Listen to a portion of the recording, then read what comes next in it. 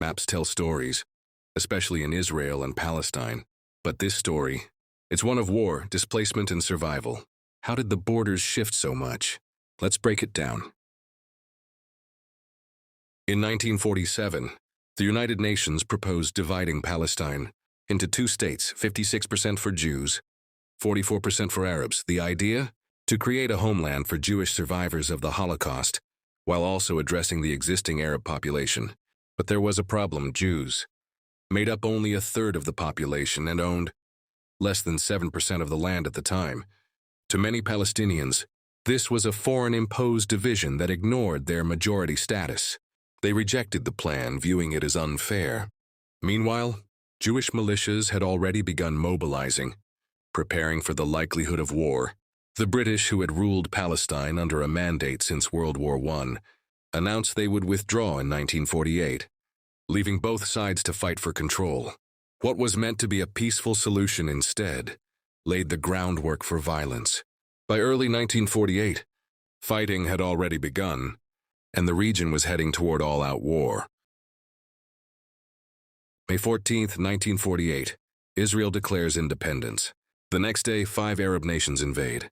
But Israel not only survives, it expands. By the end of the war in 1949, Israel controls 78% of the land, far more than what the UN originally proposed. For Israelis, it was a moment of triumph, the birth of their nation.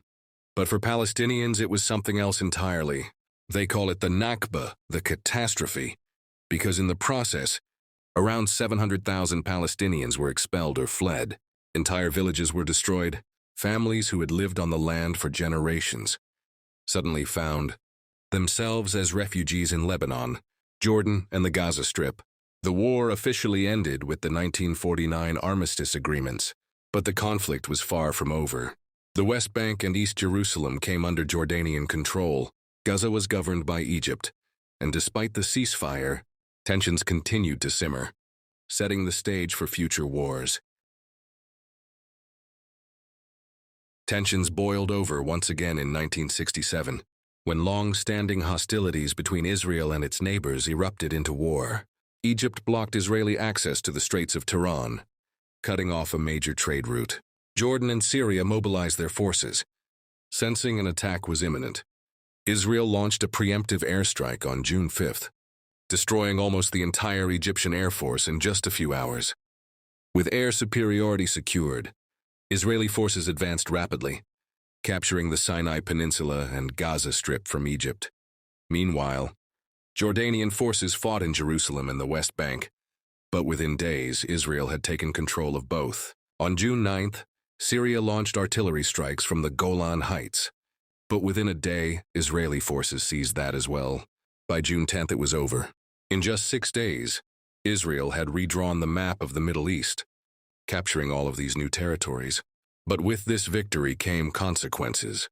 Hundreds of thousands of Palestinians were now under Israeli military rule, and 100,000 Syrians fled from the Golan Heights. Decades of war led to the first real attempt at peace, the Oslo Accords in 1993. For the first time, Palestinians were granted self-rule in parts of the West Bank and Gaza, under the newly formed Palestinian Authority. The idea to gradually transition into a full Palestinian state. But there was a catch. Israel retained control over borders, airspace, and roads. Settlements in the West Bank continued to expand, while Oslo was seen as a step toward peace. Many Palestinians saw it as a trap, a deal that gave them limited control while Israel maintained ultimate authority.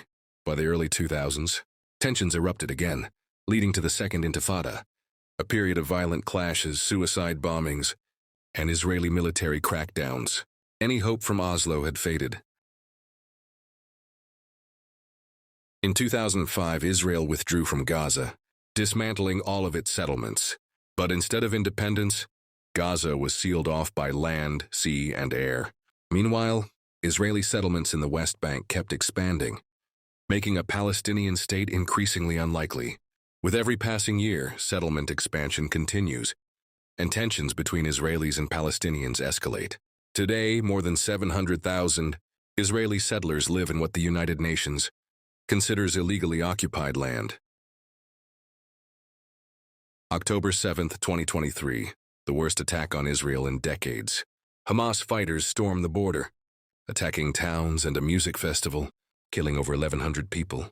In response, Israel launches relentless airstrikes and a ground invasion of Gaza. The civilian death toll rises into the thousands. The world watches in shock. Why now? Some say it was decades of growing restrictions on Gaza. Others see it as a long-building conflict that finally boiled over. What's clear is this: the Israel-Palestine conflict has entered yet another violent chapter, and there is no clear end in sight. Borders shift, maps change, but the conflict remains. What does the future hold? Tell us your thoughts in the comments.